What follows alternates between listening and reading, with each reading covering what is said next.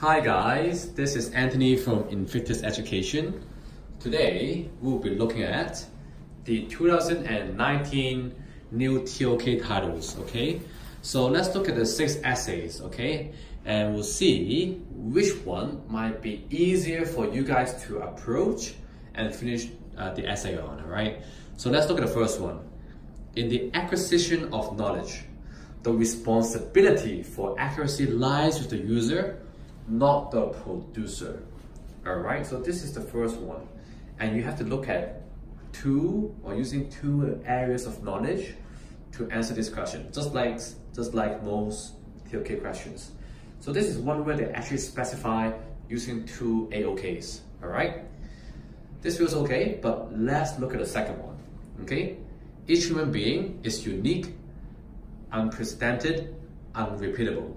Okay? Assuming this statement is correct, what is the challenge it creates for knowledge production in 2 AOK?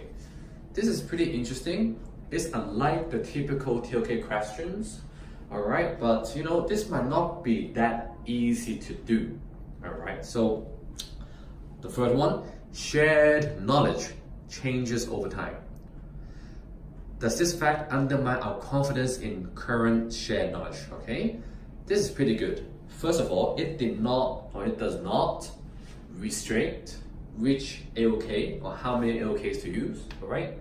You will be able to use different ways of knowing to explore this topic. It's more open-ended, alright? And it's, you know, pretty flexible on how you want to approach this question, alright? Number 4, to produce knowledge, just observe and write down what you observe. Discuss the effectiveness of this strategy in 2 AOKs. Alright, so basically, is what you see really the reality? Or is perception the reality? This is the question, alright? So question was it's actually okay.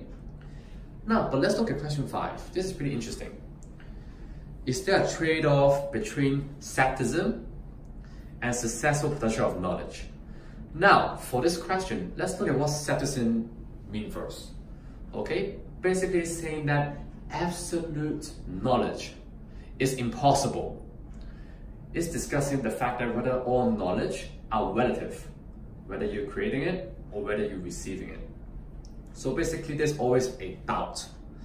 This again is pretty interesting because basically, when you're doubting the knowledge, means that it may be less easy to produce knowledge.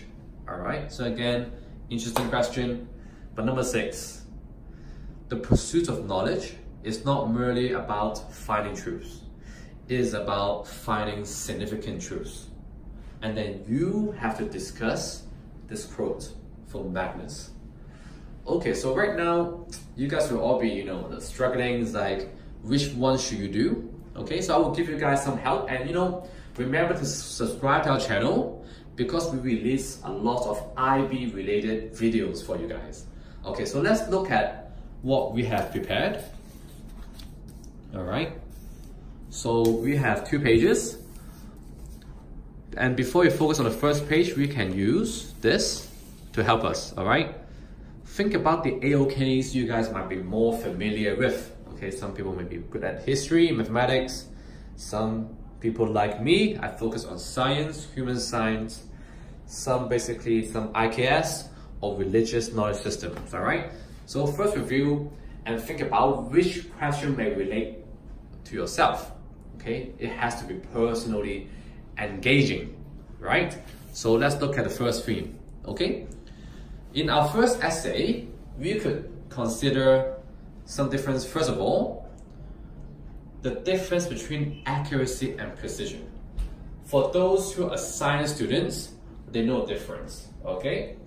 When you're quite precise, you have really little deviations, but accuracy is more closer to the truth, okay? To the real value that you are calculating, all right? And then we have to think about the relationship between responsibilities and the rights, okay? Responsibility, how we use knowledge, okay? And our rights to use the knowledge, okay? You may even relate to copyrights, you know? many different factors we can discuss inside. And also, are producers of knowledge. Are we also a user of the knowledge? Or are they independent? So this is what we can consider for the first question. Now, let's look at the second question. Okay, the nature of human beings and the production of knowledge. Okay, so as you know, human beings are complicated, right? So first of all, can non-humans have knowledge? Can they think? Do they know stuff? Okay, or the way they hunt, the way they eat, would that also be knowledge? All right, so is it just human beings are known, can quote knowledge as knowledge? Okay, how is it possible that we share knowledge, produce knowledge? Okay, what systems do we use? Okay, could it be a scientific research method where we try to validate our hypothesis? This is pretty interesting, right? Okay, let's look at the third question. Shared knowledge changes over time. This actually is a question that came up before, okay, focusing on shared knowledge, all right? So let's look at it. First of all, confidence in knowledge. How certain are we on this knowledge? Knowing the knowledge and believing is different, okay? Something that I know, you may not believe. Something that you know, I may not believe as well. Is this still a knowledge that we share? Is that a fact? And think about under what circumstances will shared knowledge decrease over time? If it related to faith in a religion, in God, okay? As faith changes, maybe they believe more in science. Will our shared knowledge decrease? Will the quality or the quantity decrease over time? All right? Then, let's look at this one. Observation and production of knowledge. I think this is one of the easier questions you can do. Okay, first of all, empiricism. Can we capture all knowledge in language? Can something that you can see, if you don't have the words to describe it, can you really translate that into knowledge? Is it possible? Okay? If I observe myself, introspection, if I imagine different things, could that also produce new knowledge? If I just sit under a tree, you know, with, let's say, no apple falling on my head, can I create knowledge just by thinking? All right, so this is pretty interesting. All right, this is actually quite a good question to relate if you're in natural science or human science. Okay, because a lot of that we look at, we observe the results, and then we try to get more knowledge from it. We try to see how humans behave, how animals behave, etc., etc. Okay, for the fifth question, okay, maybe when we are skeptical about a knowledge, when we have doubts, there might be different levels. Okay, it may not be the same.